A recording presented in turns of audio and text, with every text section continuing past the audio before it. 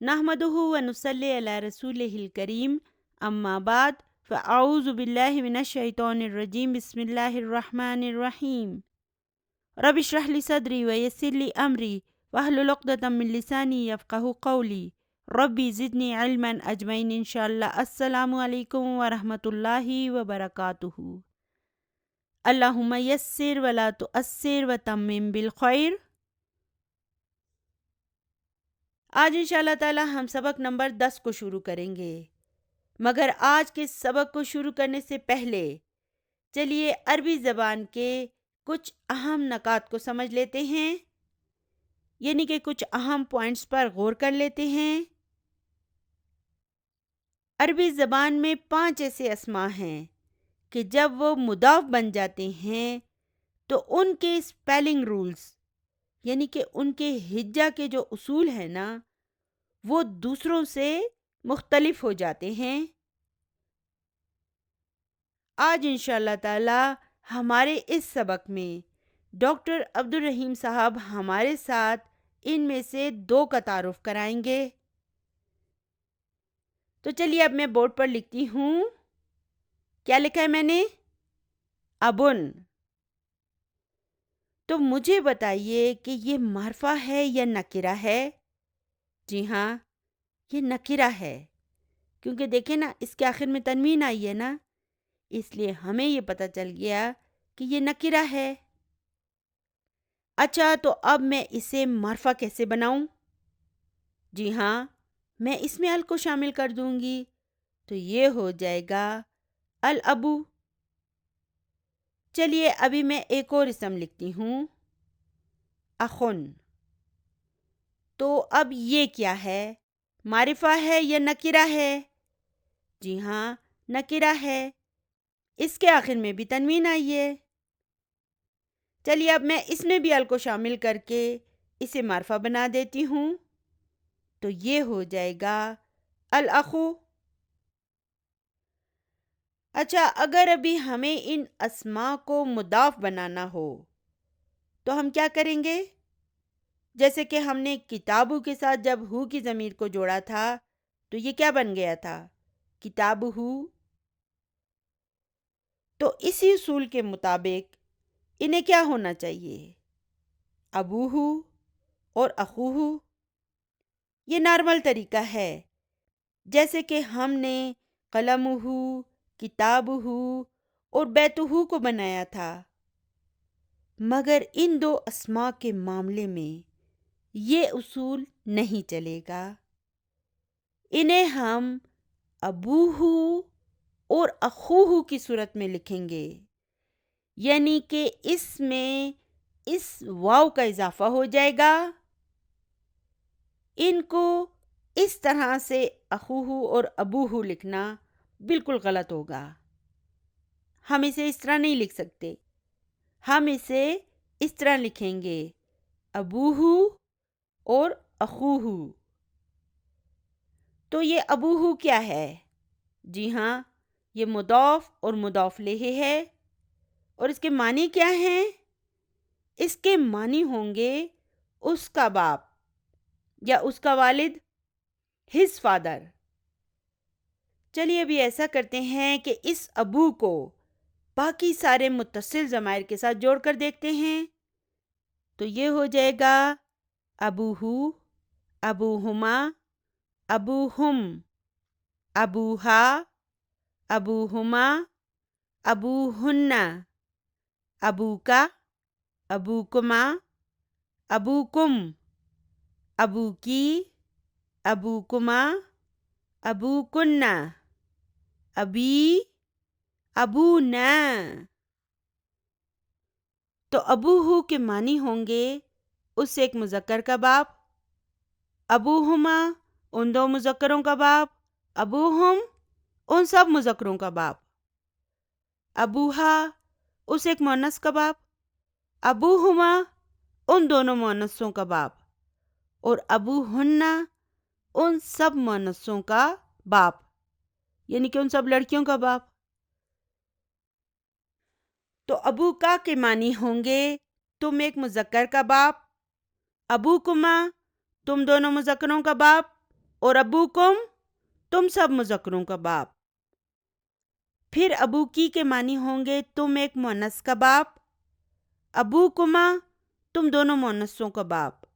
اور ابوکنہ تم سب مؤنثوں کا باپ، یعنی تم سب لڑکیوں کا باپ. اور ابی کے معنی ہوں گے میرا باپ، مائی فادر. اور ابو نا کے معنی ہوں گے ہم سب کا باپ یا ہم سب کا والد.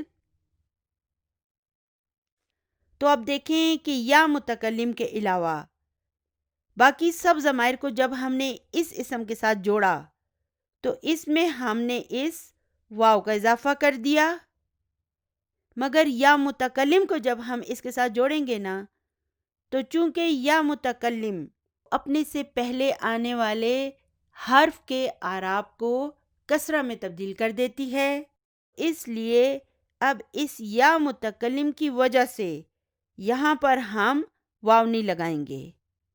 ٹھیک ہے نا؟ اس ابو میں واو کا اضافہ نہیں ہوگا اور یہ بن جائے گا ابی. اور بالکل یہی معاملہ اخو کے ساتھ بھی ہوگا. اسی طرح ہم لکھیں گے اخوہو، اخوہما، اخوہم، اخوہا، اخوہما، اخوہن، اخوکا، اخوکما، اخوکم، اخوکی، اخوکما، اخوکن، اخی، اخونا. ڈاکٹر عبد الرحیم صاحب اس سبق میں ہمارے ساتھ ان دو اسماء کا تعارف کرا رہے ہیں، جبکہ یہ ٹوٹل کتنے ہیں؟ جبکہ یہ ٹوٹل جو ہے نا 5 ہیں. چونکہ ابو اور اخو بہت زیادہ استعمال ہوتے ہیں اس لیے ڈاکٹر صاحب نے بھی انہی دونوں سے ابتدا کی ہے. اس کے علاوہ آج ہم ایک اور پوائنٹ بھی پڑھیں گے، وہ یہ کہ جب اسمو کو ہم ہو کی ضمیر کے ساتھ جوڑ دیتے ہیں تو یہ کیا بن جاتا ہے؟ اسمہو، یعنی کہ اس کا نام، ہز نیم. اور اسمو ہا کے معنی ہوں گے ہر نیم، یعنی کہ اس مؤنث کا نام یا اس لڑکی کا نام. اسمو کا کے معنی ہوں گے تمہارا نام، کسی مذکر سے ہم کہہ رہے ہیں کہ تمہارا نام. اور اسم کی کے معنی ہوں گے تم ایک مؤنث کا نام. اور اسمی کے معنی ہوں گے میرا نام. اور دیکھیں یہ سب کیا ہیں؟ یہ اسمہو، اسمہا، اسم کا، اسم کی، اسمی، یہ سب کیا ہیں؟ جی ہاں، جب ضمیر کسی اسم کے ساتھ جڑتا ہے تو کیا بنتا ہے؟ مضاف اور مضاف الیہ. تو یہ سب بھی جو ہے نا مضاف اور مضاف الیہ ہیں. ہم فی الحال ان 5 واحد ضمائر سے ہی اسم کو جوڑیں گے، کیونکہ اگر ہم اسے کسی جمع کی ضمیر کے ساتھ جوڑیں گے نا تو پھر یہ اسم جو ہے اسماء میں تبدیل ہو جائے گا.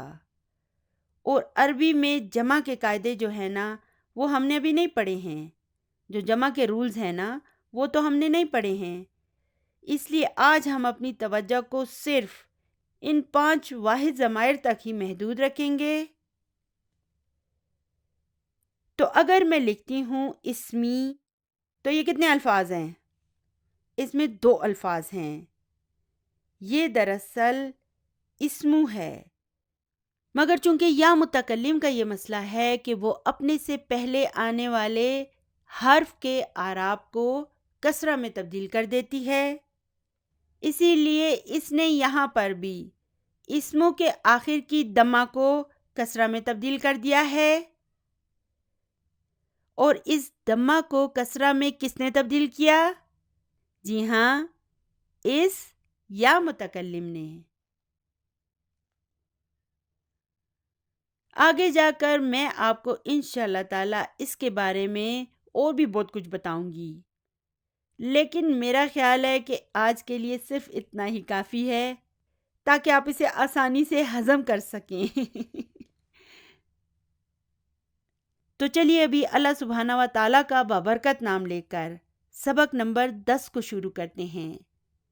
سبق کو شروع کرنے سے پہلے یاد رکھیں کہ ہم سوالیہ جملوں کا تجزیہ نہیں کریں گے، ٹھیک ہے نا؟ ہم سوالیہ جملوں کو اینالائز نہیں کریں گے۔ یہاں پہ دیکھیں سب سے اوپر لکھا ہوا ہے الدرس العاشر، یعنی کہ 10واں سبق۔ چلیے پہلی لائن پر آ جائیں۔ حامد، حامد کہتا ہے من انتا۔ آپ کو تو پتہ ہے کہ ہم سوالیہ جملوں کو اینالائز نہیں کریں گے، ہم صرف ان کا ترجمہ کریں گے، یعنی کہ تم کون ہو؟ اچھا، اگر ہم کسی خاتون سے سوال کریں گے تو ہم کیا کہیں گے؟ ہم کہیں گے من انتی۔ مذکر واحد کے لیے انتا آئے گا اور مؤنث واحد کے لیے انتی آئے گا، تو ہم کہیں گے من انتی، یعنی کہ تم کون ہو؟ محمد، محمد جواب دیتا ہے انا طالب بالجامعاتی۔ اب دیکھیں یہ سوالیہ جملہ نہیں ہے نا، اس لیے ہم اسے مکمل طور پر اینالائز کریں گے۔ تو انا کیا ہے؟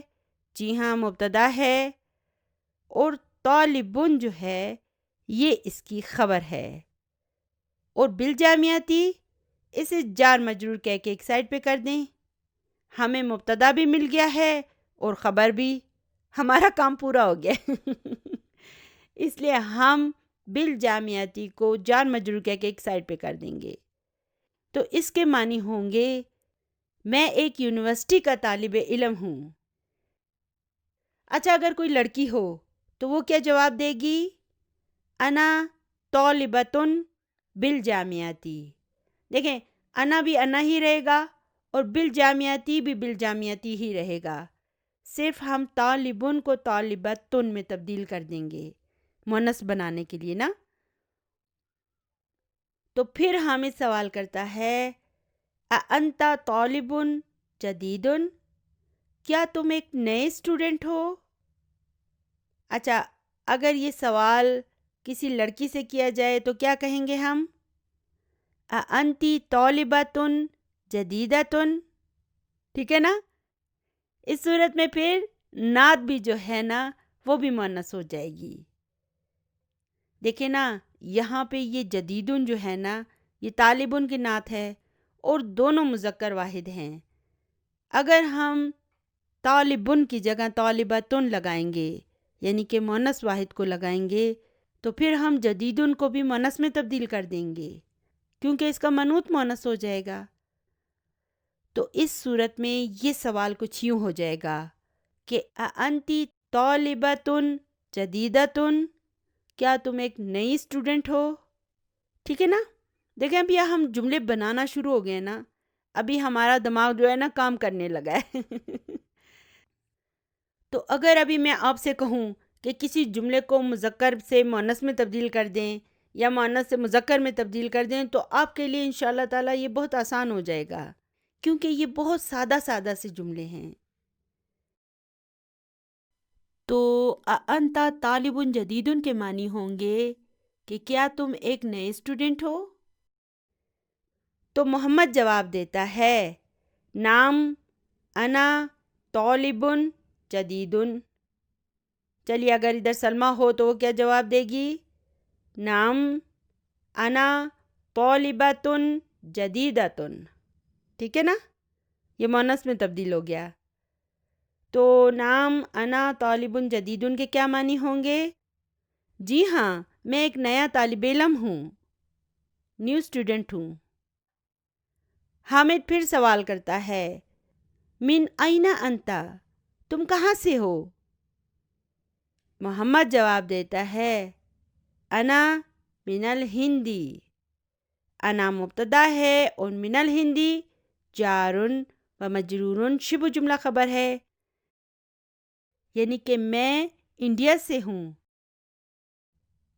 حامد پھر سوال کرتا ہے مسمکا، یہاں پہ اسمکا کو دیکھیں یہ کیا ہے؟ جی ہاں یہ مضاف مضاف الیہ ہے، یعنی کہ تمہارا نام کیا ہے؟ محمد جواب دیتا ہے اسمی محمد. چلیے ابھی مجھے بتائیے یہ کون سا جملہ ہے؟ جی ہاں، جملہ اسمیہ ہے. اچھا ابھی مبتدا کہاں ہے؟ اس اسمی کو دیکھیں، اس میں جو اسم ہے وہ مبتدا ہے، وہو مضاف. ٹھیک ہے نا؟ یا متکلم نے اس منہ کو اسمی میں تبدیل کر دیا.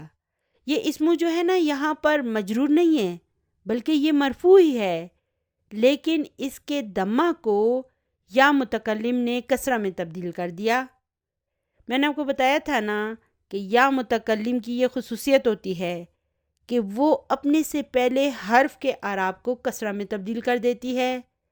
تو اس منہ کا جو یہ میم ہے نا، اس کے دمہ کو یا متکلم نے کسرہ میں تبدیل کر دیا اور یہ ہو گیا اسمی. لیکن ابھی بھی ہمیں پتہ ہے کہ اس کے اندر جو اسم ہے وہ مبتدا ہے، کیونکہ مبتدا ہمیشہ مرفوع ہوتا ہے. یہاں پر بھی اسم جو ہے نا مرفوع ہی ہے، لیکن اس کے یا متکلم نے اس میں یہ تبدیلی لے آئی. اب یہ مجرور نہیں ہے. آپ یہ نہ سمجھنا کہ یہ اسم لفظ جو ہے یہاں پر مجرور ہو گیا ہے، نہیں، یہ صرف یا متکلم کی وجہ سے اس منہ سے اسمی میں تبدیل ہو گیا ہے. تو دیکھیں سبق کو شروع کرنے سے پہلے ہم نے یہ اسم ہو، اسم ہا، اسمی اس سب کی پریکٹس کر لی تھی نا. یہی وجہ ہے کہ ابھی ہمارے لیے یہ بہت آسان ہو گیا ہے. ابھی اس کے گرامر کو سمجھنا یا اس کا ترجمہ کرنا الحمدللہ ہمارے لیے بہت آسان ہو گیا ہے. تو یہاں پر اسم مبتدا ہے، وہو مضاف، اور یا متکلم مضاف الیہ ہے، اور محمدن جو ہے یہ اس کی خبر ہے، یعنی کہ میرا نام محمد ہے. تو آگے ہے حامدن. حامد پھر سوال کرتا ہے ومن ھذا الفتى الذی معک. اگر ہم اس ماں کا پہ وقف کریں گے نا تو ہم اسے یوں پڑھیں گے ومن ھذا الفتى الذی معک. ہم چونکہ مدینہ عربک کورس میں وقف نہیں کرتے ہیں اس لیے میں نے ماں کا کہا ہے. تو اب یہ سوالیہ جملہ ہے. ہم صرف یہ دیکھیں گے کہ یہاں پر یہ الفتح کیا ہے. پہلے یہ بتائیے کہ الفتح کسے کہتے ہیں؟ الفتح جو ہے نوجوان کو کہتے ہیں. تو یہاں پر یہ الفتح جو ہے یہ اسم اشارہ ھذا کے بعد آیا ہے، اس لیے یہ اس کا بدل ہے. اور پھر یہ الذی کیا ہے؟ یاد ہے آپ کو؟ جی ہاں، یہ اسم الموصول ہے. اور ماں کا میں ماں جو ہے ظرف ہے اور کا جو ہے یہ اس کا مضاف الیہ ہے. اور یہ ماں کا جو ہے نا یہ الذی کے لیے صلۃ الموصول کے طور پر آیا ہے. ٹھیک ہے نا؟ تو پورے جملے کو تو ہم انالائز نہیں کریں گے، ہم نے یہ موٹی موٹی باتیں جو ہیں نا وہ چیک کر لی ہیں. تو چلیے ابھی اس کا ترجمہ کرتے ہیں. اس کے معنی ہوں گے اور یہ نوجوان کون ہے جو تمہارے ساتھ ہے؟ محمدن ہوا زمیلی. اب یہاں پہ دیکھیں ہوا مبتدا ہے اور زمیلی میں جو زمیلو ہے وہ اس کی خبر ہے، کیونکہ ہم نے پڑھا تھا نا کہ مفرد خبر جو ہے وہ مرفوع ہوتی ہے. تو اب یہاں پر بھی دیکھیں یہ زمیلو جو ہے یہ دراصل مرفوع ہے، لیکن یا متکلم نے اس کے لام کے اوپر جو دمہ تھا نا اسے کسرہ میں تبدیل کر دیا. لیکن ہمیں پتہ ہے کہ یہاں پر یہ زمیلو جو ہے مرفوع ہے اور یہ اس ہوا کی خبر ہے. تو زمیلو یہاں پر خبر ہے، وہو مضاف، اور یا متکلم اس کا مضاف الیہ ہے، یعنی کہ وہ میرا کلاس فیلو ہے یا کلیگ ہے. فتن نوجوان کو کہتے ہیں اور زمیل کلیگ یا کلاس فیلو کو کہتے ہیں. یہ دونوں الفاظ جو ہے نا آپ نے یاد رکھنے ہیں. چلیے آگے چلتے ہیں. حامدن. حامد پھر سوال کرتا ہے اہوا ایدن من الہندی. اب یہاں پہ دیکھیں ایدن کیا ہے. اب آپ نے یہ نہیں کہنا کہ یہ خبر ہے، ایدن کو دیکھیں، اس میں کیا خاص بات ہے؟ جی ہاں، یہ منصوب ہے۔ تو فی الحال ہم صرف ایدن کا ترجمہ کریں گے اور اس کے گرامر کو بھی ہم ڈسکس نہیں کریں گے۔ اس کا گرامر ہم آگے جا کے پڑھیں گے، ابھی صرف آپ نے اس کا ترجمہ کرنا ہے۔ اور دیکھیں، یہ سوالیہ جملہ ہے نا، ہم نے ویسے بھی صرف اس کا ترجمہ کرنا ہے، یعنی کہ کیا وہ بھی انڈیا سے ہے؟ تو محمد جواب دیتا ہے لا ہوا من الیابانی۔ تو اب یہاں پہ دیکھیں، لا حروف الجواب میں سے ہے اور ہوا مبتدا ہے اور من الیابانی جار مجرور شبہ جملہ خبر، یعنی کہ نہیں، وہ جاپان سے ہے۔ حامد پھر سوال کرتا ہے مسمہ، یعنی کہ اس کا نام کیا ہے؟ محمد جواب دیتا ہے اسمہ حمزہ۔ اچھا، آپ مجھے بتائیے کہ یہ کون سا جملہ ہے؟ جی ہاں، اسموں سے شروع ہو رہا ہے نا، اس لیے یہ جملہ اسمیہ ہے۔ اور اسمو کیا ہے؟ یہ اس کا مبتدا ہے، وہ ہوا مضاف، اور ہو جو ہے نا یہ مضاف لہ ہے۔ اور حمزہ تو کو دیکھیں، یہ کیا ہے؟ یہ اس کی خبر ہے، لیکن اس کے آخر میں ایک دمہ کیوں ہے؟ تنوین کیوں نہیں ہے؟ اس کی وجہ یہ ہے کہ یہ حمزہ تو اسم جو ہے یہ ممنوع من الصرف ہے۔ ہمیں پتہ ہے کہ ممنوع من الصرف اسماء میں جو ان کی نارمل حالت ہوتی ہے اس میں بھی تنوین نہیں آ سکتی، ہمیشہ ایک دم آتی ہے، ٹھیک ہے نا؟ تو یہ حمزہ تو جو ہے یہ اس کی خبر ہے، یعنی کہ اس کا نام حمزہ ہے۔ دیکھیں، آپ نوٹ کریں کہ اب ہم عربی زبان کو عربی میں ہی سمجھنا شروع ہو گئے نا۔ ایک بار جب ہم اس پورے کورس کو مکمل کر لیں گے تو پھر جب آپ قرآن پاک کو پڑھیں گے تو آپ کو ایک ایسی خوشی ملے گی جو دنیا کی تمام نعمتوں سے بڑھ کر ہوگی، اور آپ کی نماز حقیقی معنوں میں آپ کے لیے باعث سکون بن جائے گی، انشاءاللہ تعالی، انشاءاللہ تعالی۔ حامد پھر سوال کرتا ہے ما لغتک یا محمد۔ آپ کو یاد ہوگا کہ ہم نے حرف و ندا پڑھا تھا، اور یہ یاد دیکھیں، یہ حرف و ندا ہے، اور یہ کیا کرتا ہے؟ یہ اپنے بعد آنے والے اسم کے اعراب کو ہلکا کر دیتا ہے، یعنی کہ تنوین کو ختم کر دیتا ہے۔ اب دیکھیں، عام طور پر محمد دن کے آخر میں تنوین ہوتی ہے نا، دمہ کی تنوین، تو دیکھیں اب یہاں پر ایک دمہ ہے، اور یہ کس نے کیا؟ محمد دن کو محمدو میں کس نے تبدیل کیا؟ جی ہاں، اس حرف و ندا یا نے، اور یہ ہو گیا یا محمدو۔ تو یہ لغت کا کیا ہے؟ یہ مضاف مضاف لہ ہے۔ تو سوالیہ جملہ ہے، اس کا ترجمہ کریں، یعنی کہ اے محمد تمہاری زبان کیا ہے؟ یعنی کہ تم کون سی لینگویج بولتے ہو؟ محمد جواب دیتا ہے لغت الاردیۃ۔ اچھا، آپ مجھے بتائیں کہ اس میں مبتدا کہاں پر ہے؟ جی ہاں، اس لغتی میں جو لغت تو ہے وہ مبتدا ہے، وہ ہوا مضاف، اور یہ یا متکلم اس کا مضاف لہ ہے، اور یہ جو الاردیۃ ہے نا یہ اس کی خبر ہے۔ دیکھیں، میں نے آپ کو بتایا تھا نا کہ خبر جو ہوتی ہے وہ اکثر اوقات نکرہ ہوتی ہے، لیکن اب یہاں پہ دیکھیں یہ معرفہ آئی ہے، تو یاد رکھیں کہ خبر معرفہ بھی ہو سکتی ہے، اکثر اوقات نکرہ ہوتی ہے مگر معرفہ بھی ہو سکتی ہے۔ تو اب یہاں پہ دیکھیں خبر معرفہ آئی ہے، تو اس کے معنی ہوں گے میری زبان اردو ہے، یعنی کہ میری لینگویج جو ہے نا وہ اردو ہے۔ تو آگے ہے حامدن، تو حامد پھر سوال کرتا ہے اہیا لغت سہلۃ، یعنی کہ کیا یہ ایک آسان زبان ہے؟ اب یہاں پہ اس لغت سہلۃ کو دیکھیں، یہ کیا ہیں؟ جی ہاں، یہ دونوں نعت منوط ہیں، یعنی کہ کیا یہ ایک آسان زبان ہے؟ محمد جواب دیتا ہے نام ہیا لغتن سہلتن، یعنی کہ ہاں یہ ایک آسان زبان ہے۔ پھر حامد سوال کرتا ہے وَحَمْزَةُ مَا لُغَتُهُ، یعنی کہ اور حمزہ اس کی کون سی زبان ہے، یعنی کہ اس کی لینگویج کون سی ہے؟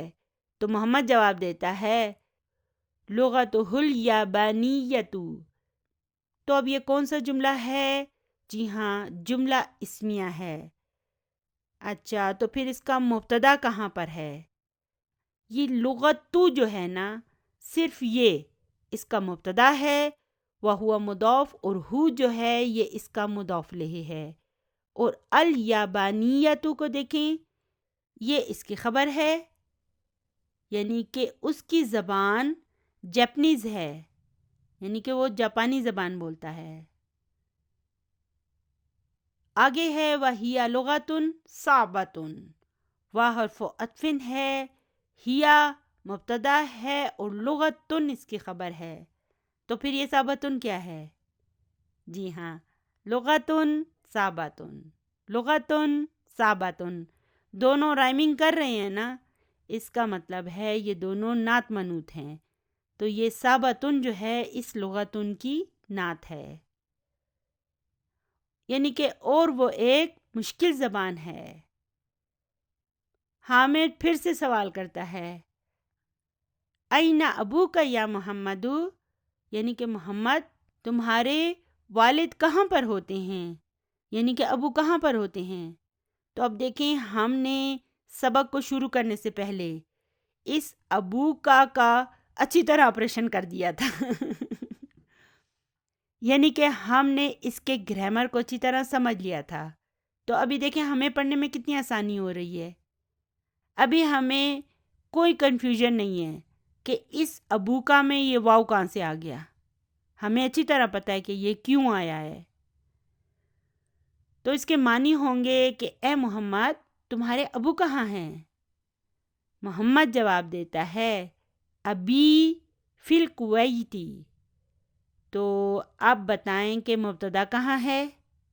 جی ہاں، ابی میں جو ابو ہے وہ مبتدا ہے، وہ مضاف، اور یا متکلم مضاف الیہ ہے۔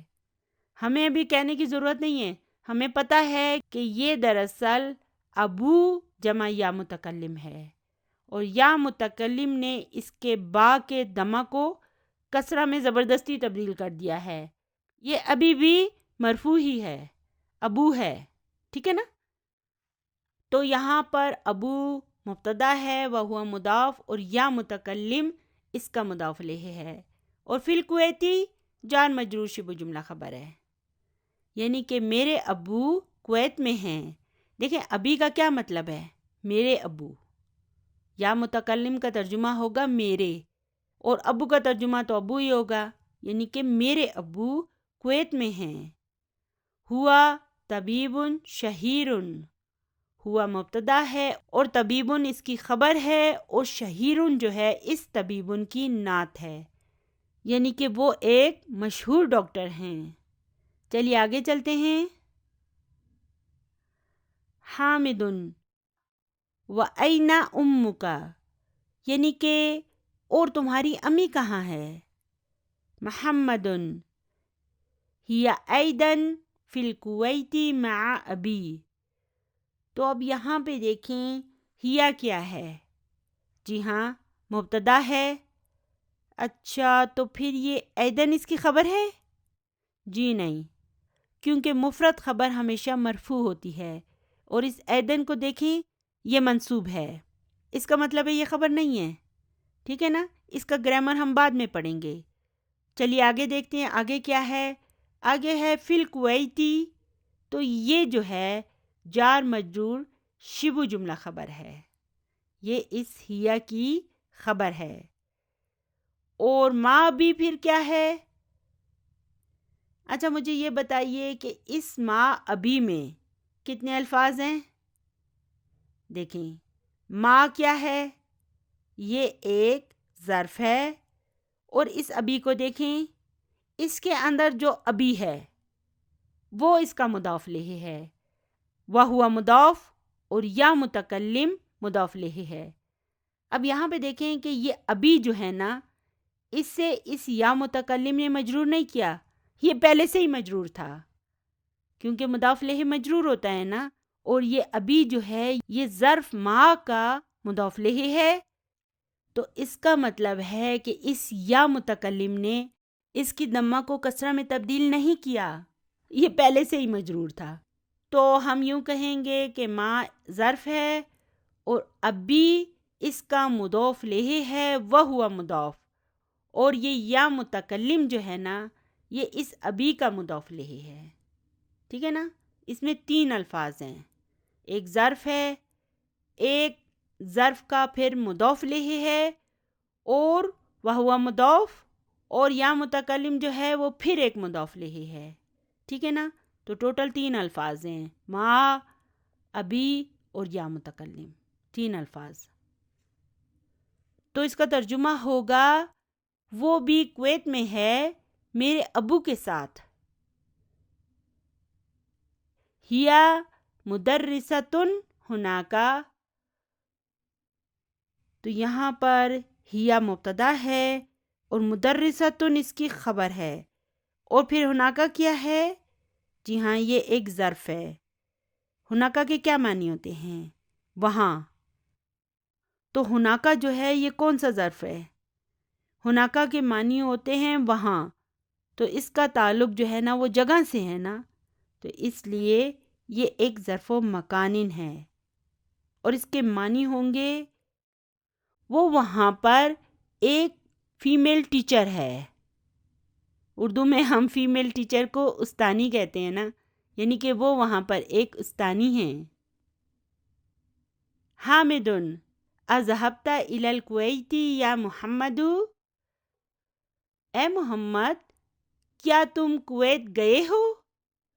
محمد جواب دیتا ہے نعم ذهبت۔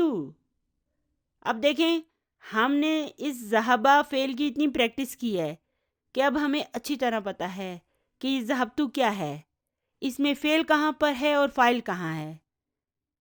تو یہ ایک جملہ فعلیہ ہے، اس میں ذہب فعل ہے، اور یہ جو تو ہے نا یہ اس کا فاعل ہے، یعنی کہ ہاں میں گیا ہوں۔ حامدن و زمیلک، یعنی کہ اور تمہارا کلاس فیلو یا کلیگ، این ابوہ، اس کے ابو کہاں ہیں؟ محمد ابوہ فی الیابان، اس کے ابو جاپان میں ہیں۔ اب یہاں پہ دیکھیں، پھر ابو کے درمیان میں واو آ گیا ہے، ٹھیک ہے نا۔ ابھی ہمیں کوئی پریشانی نہیں ہے، الحمدللہ ہمیں اچھی طرح پتہ ہے کہ یہ کیوں آیا ہے۔ تو یہاں پر ابو جو ہے یہ مبتدا ہے، وہ ہوا مضاف، اور ہو جو ہے یہ مضاف الیہ ہے، اور فی الیابانی جار مجرور شبہ جملہ خبر ہے، یعنی کہ اس کے ابو جاپان میں ہیں۔ آگے ہے ہوا تاجرن کبیرن، ہوا مبتدا ہے، تاجرن اس کی خبر ہے، اور کبیرن اس تاجرن کی نعت ہے، یعنی کہ وہ بڑے تاجر ہیں، بزنس مین ہیں۔ تو اب اس سبق نمبر 10 میں وہ تمام گرامر کے اصول دہرائے جا رہے ہیں جو ہم ابھی تک پڑھ چکے ہیں، مگر اگر آپ غور کریں نا تو در حقیقت اس سبق میں ہمیں متصل ضمائر کو اسماء کے ساتھ جوڑنے کی پریکٹس کرائی جا رہی ہے نا، مضاف مضاف الیہ کی، اور باقی 1-2 گرامر کے پوائنٹس ہیں جنہیں الحمدللہ ہم پڑھ چکے ہیں، ابوہ اور اخوہ وغیرہ جو ہے نا اسے ہم پڑھ چکے ہیں۔ چلیے آگے چلتے ہیں۔ آگے ہے حامدن، حامد پھر سوال کرتا ہے، لگتا ہے حامد کے پاس سوال کرنے کے علاوہ کوئی کام نہیں ہے تو حامد پھر سوال کرتا ہے الک اخن یا محمد، اے محمد کیا تمہارا کوئی بھائی ہے؟ اب یہاں پہ اس لکا کو دیکھیں، یہ کیا ہے؟ جی ہاں، یہ جار مجرور ہے۔ میں آپ کو بتا چکی ہوں کہ حرف جر لی کو جب کسی متصل ضمیر کے ساتھ جوڑا جاتا ہے نا تو یہ لی لا میں بدل جاتا ہے، تو لقا یہاں پر جار مجرور ہے۔ تو چلیے ایسا کرتے ہیں کہ حرف جر لی کو ایک مرتبہ سارے متصل ضمائر کے ساتھ جوڑ لیتے ہیں تاکہ یہ سب ہمارے ذہن میں پھر سے تازہ ہو جائے۔ تو چلیے میرے ساتھ بولیں، لہو، لہما، لہم، لہا، لہما، لہن، لکا، لکما، لکم، لکی، لکما، لکنا، لی، لنا۔ اب اس لقا کا اگر ہم لفظی ترجمہ کریں تو اس کا ترجمہ ہوگا کہ تمہارے لیے، اور اس پورے جملے کا ترجمہ ہوگا کہ کیا تمہارے لیے کوئی بھائی ہے؟ تو عربی زبان میں تو ہم اسے اسی طرح لکھتے ہیں، لیکن جب اس کا ہم اردو میں ترجمہ کریں گے تو اس کا صحیح ترجمہ یہ ہوگا کہ کیا تمہارا کوئی بھائی ہے؟ تو پھر محمد جواب دیتا ہے، نعم لی اخن واحد۔ تو یہاں پر دیکھیں نام کیا ہے، نام حروف الجواب میں سے ہے، ٹھیک ہے؟ اور یہ لی کیا ہے؟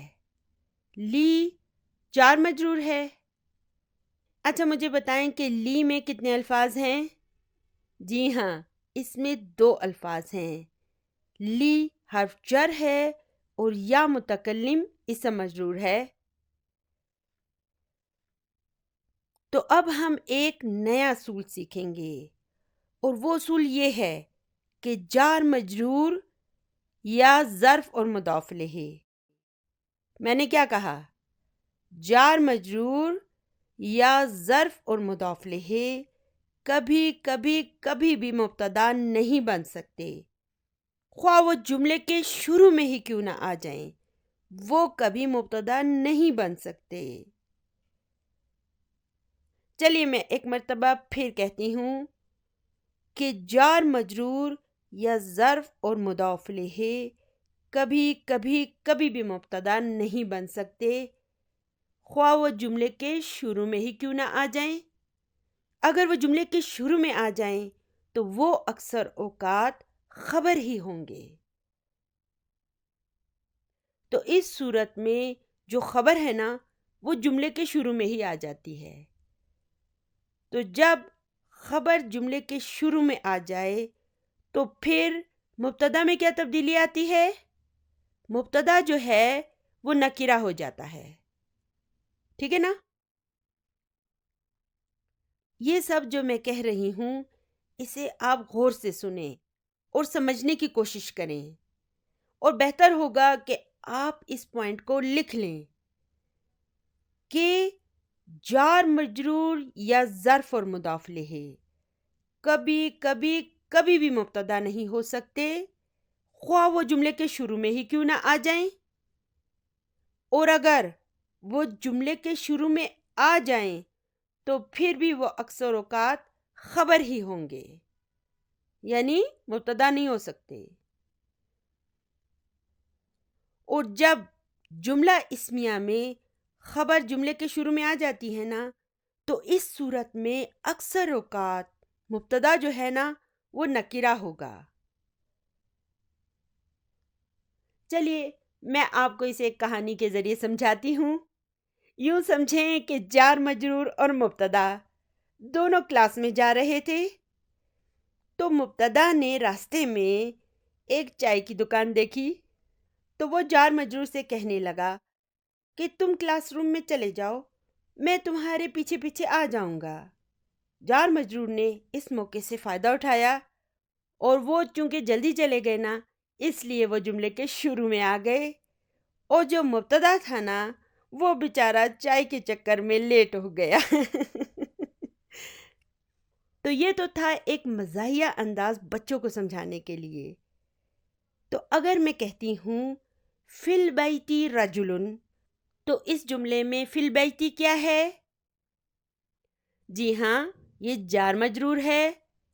تو اب یہ جملے کے شروع میں آ رہا ہے، تو کیا اب میں اسے خبر کہہ سکتی ہوں؟ ہرگز ہرگز ہرگز نہیں۔ جار مجرور یا ظرف کبھی مبتدا نہیں ہو سکتے۔ اچھا، تو پھر یہ کیا ہیں؟ یہ خبر ہی ہیں، اور ہم اسے کیا کہیں گے؟ ہم اسے خبر مقدم کہیں گے۔ مقدم کا کیا مطلب ہے؟ یعنی کہ وہ خبر جو پہلے آ گئی ہے۔ اور اس صورت میں پھر رجلن کو کیا کہا جائے گا؟ اسے ہم مبتدا مؤخر کہیں گے، یعنی کہ یہ وہ مبتدا ہے جو چائے پینے کے چکر میں لیٹ ہو گیا۔ تو چلیے اب اس مبتدا کو معرفہ بنا دیتے ہیں۔ تو اس صورت میں ہم اس جملے کو کیسے لکھیں گے؟ تو اب ہم اسے یوں لکھیں گے کہ الرجل فی البیت۔ اب ہمیں مبتدا کو پہلے لکھنا ہوگا۔ اگر ہم یوں کہیں گے کہ فی البیت الرجل، تو یہ جملہ بالکل غلط ہوگا۔ اگر مبتدا نکرہ ہوگا نا تو ہم اسے بعد میں لا سکتے ہیں، لیکن یاد رکھیں کہ اگر مبتدا معرفہ ہوگا تو پھر اسے پہلے لانا ہوگا۔ آج آپ اس کانسیپٹ کو اپنے ذہن میں اچھی طرح بٹھا لیں۔ آج ایسا کریں نا کہ کچھ مزید سادہ ترین جملے لے کر آپ خود سے مبتدا کو نکرہ کر کے جملے بنائیں، اور پھر اسی مبتدا کو معرفہ بنا کر جملے بنائیں۔ یہ آپ کا ہوم ورک ہوگا، ٹھیک ہے نا؟ الحمدللہ ابھی ہم اس قابل ہو گئے ہیں کہ قرآن پاک سے بھی کچھ مثالیں سمجھ سکیں۔ چلیے ابھی ایسا کرتے ہیں کہ قرآن پاک میں سے ایک خوبصورت ترین مثال کو سمجھتے ہیں۔ تو قرآن پاک میں ہے فی قلوبہم مرض۔ اچھا، تو مجھے یہ بتائیے کہ یہاں پر فی کیا ہے؟ جی ہاں، حرف جر ہے، اور قلوبی یہ اس کا اسم مجرور ہے۔ غور کریں، اسم مجرور ہونے کے ساتھ یہ کچھ اور بھی ہے۔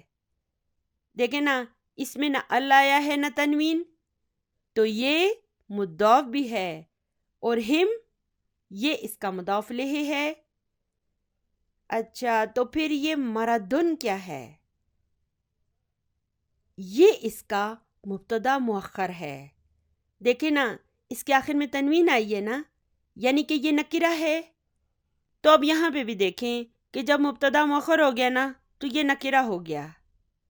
تو ہم یوں کہیں گے کہ فی قلوبی جارن و مجرورن شبہ جملہ خبر مقدم ہے، اور اس کے ساتھ ساتھ یہ قلوبی جو ہے نا یہ مضاف بھی ہے، اور ہم جو ہے یہ اس کا مضاف الیہ ہے، اور مردن اس کا مبتدا مؤخر ہے۔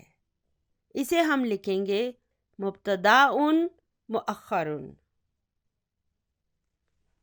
تو میں ایک مرتبہ پھر ریپیٹ کر دیتی ہوں کہ اب یہاں پر فی قلوبی جار مجرور شبہ جملہ خبر مقدم ہے، اور مردن اس کا مبتدا مؤخر ہے۔ اچھا، تو یہ مبتدا مردن جو ہے یہ بعد میں آیا ہے، لیکن کیوں؟ یہ بعد میں اس لیے آیا ہے کہ یہ نکرہ ہے، اور اس کا ترجمہ کیا ہوگا کہ ان کے دلوں میں ایک بیماری ہے۔ تو دیکھیں، عربی زبان کا جو گرامر ہے نا اسے بھی قرآن پاک سے اخذ کیا گیا ہے۔ اگر ہم صرف گرامر کے ہی حساب سے دیکھیں تو 14 صدیاں گزر گئی ہیں، لیکن آج تک قرآن پاک کو کوئی تحریر گرامر کے حساب سے بھی مات نہیں دے سکی۔ اس روئے ارض پر اس سے بہترین کوئی تحریر گرامر کے حساب سے بھی موجود نہیں۔ اس کے باقی معجزات کو تو چھوڑیں، صرف اس کے گرامر کو ہی کوئی دوسری تحریر چھو بھی نہیں سکتی۔ اس میں موجود جو گرامر ہے نا یہ بھی اسے تمام تر کتب میں اتنا بلند و بالا مقام دیتا ہے کہ جس کا کوئی ثانی ہی نہیں ہے، اور اگر ہم عربی زبان کو ہی نہیں سمجھیں گے تو ہم اس کی لذت اور اس کی عظمت کو کیسے محسوس کر سکیں گے؟ یہ ہمارے دلوں پر کیسے اثر انداز ہوگا؟ اس کے لیے ضروری ہے کہ ہم کوشش کریں، محنت کریں اور اس زبان کو سیکھیں تاکہ براہ راست اپنے رب کے کلام کو سمجھ سکیں اور اس میں موجود رحمت اور شفا سے براہ راست فیضیاب ہو سکیں۔ تو چلیے ایسا کرتے ہیں کہ ایک اور مثال کو سمجھتے ہیں۔ تو قرآن پاک میں ہے، ختم اللہ علی قلوبہم وعلی سمعہم وعلی ابصارہم غشاوہ ولہم عذاب عظیم۔ چلیے ابھی اس کو انالائز کرتے ہیں۔ اب یہاں پر یہ ختمہ کیا ہے؟ جی نہیں، یہ مبتدا نہیں ہے۔ دیکھیں نا، دربا، جلسا اور رجا، یہ سب کیا ہیں؟ جی ہاں، یہ افعال ہے نا۔ تو ختمہ بھی ایک فعل ہے اور اس کا مطلب ہوتا ہے اس نے مہر لگا دی۔ اچھا، تو پھر یہ کون سا جملہ ہوا؟ جی ہاں، ختمہ سے شروع ہو رہا ہے نا، اس لیے یہ ایک جملہ فعلیہ ہے۔ اچھا، فعل کہاں ہے؟ ختمہ۔ اور فاعل کہاں ہے؟ کیا اس کا فاعل مستتر ہے؟ جی نہیں۔ دیکھیں نا، ختمہ کے بعد اللہ آیا ہوا ہے جو کہ ایک مرفوع اسم ہے، تو اس کا مطلب ہے کہ اللہ اس کا فاعل ہے۔ اچھا، تو پھر علی قلوبہم کیا ہے؟ علی حرف جر ہے، قلوبی اسم مجرور ہے، وہو مضاف اور ہم مضاف الیہ۔ تو جملہ فعلیہ میں ہم کسے تلاش کرتے ہیں؟ ہم فعل اور فاعل کو تلاش کرتے ہیں۔ تو ختمہ فعل ہمیں مل گیا اور اللہ فاعل بھی مل گیا، اس لیے علی قلوبہم کو ہم جار مجرور کہہ کے ایک سائڈ پر کر دیں گے۔ چلیے ٹھیک ہے، اب مجھے بتائیے وا کیا ہے؟ یہ حرف عطف ہے، علی سمعہم۔ یہاں پر بھی علی حرف جر ہے اور سمعی اسم مجرور ہے، وہو مضاف اور ہم مضاف الیہ۔ پھر اس کے بعد ہے وعلی ابصارہم غشاوہ، تو یہاں پر وا تو حرف عطف ہے، یہ علی ابصارہم غشاوہ کیا ہے؟ پھر یہ ایک جملہ اسمیہ آ گیا ہے۔ دیکھیں، علی یہاں پر حرف جر ہے اور ابصاری اسم مجرور ہے، وہو مضاف اور ہم مضاف الیہ۔ تو اب یہاں پہ دیکھیں نا، جار مجرور جملے کے شروع میں آ گیا ہے، تو کیا اس جار مجرور کو میں مبتدا کہہ سکتی ہوں؟ ہرگز نہیں۔ جار مجرور کبھی کبھی بھی مبتدا نہیں ہو سکتا، تو ہم یہ کہیں گے کہ علی ابصار جو ہے یہ جارن و مجرورن شبہ جملہ خبر مقدم ہے، اور غشاوتن کو دیکھیں، یہ نکرہ ہے۔ میں نے آپ کو کہا تھا نا کہ جب مبتدا مؤخر ہو جاتا ہے تو پھر وہ نکرہ ہوتا ہے، تو اب یہاں پر غشاوتن جو ہے نا، یہ اس کا مبتدا مؤخر ہے۔ پھر ہے وَلَهُمْ عَذَابٌ عَظِیمٌ۔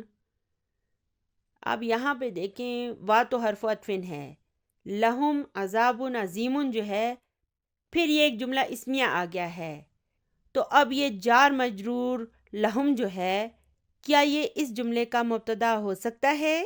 جی نہیں، جار مجرور مبتدا نہیں ہو سکتا، خواہ وہ جملے کے شروع میں ہی کیوں نہ آ جائے بیچارہ۔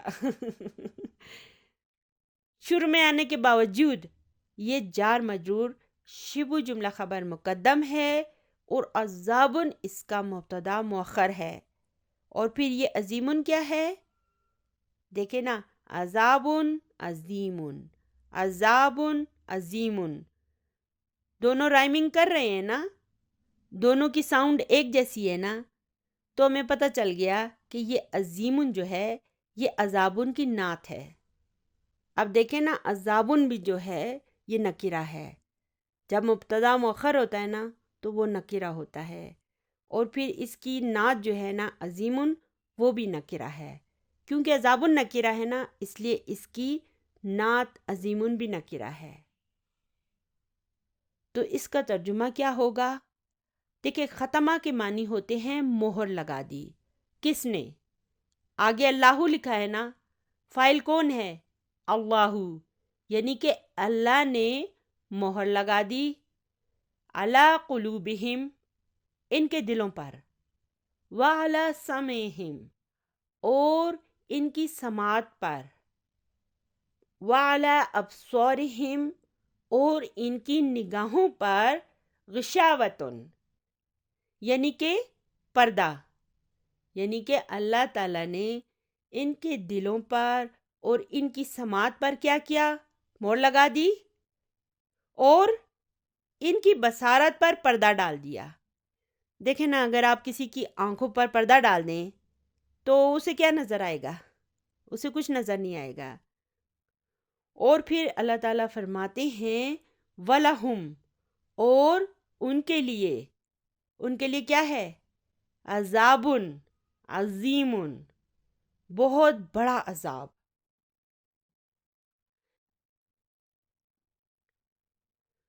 تو دیکھیں آج اللہ تعالیٰ کا کتنا کرم ہے کہ ہم اس پوری آیت کو انالائز کرنے کے قابل ہو گئے ہیں۔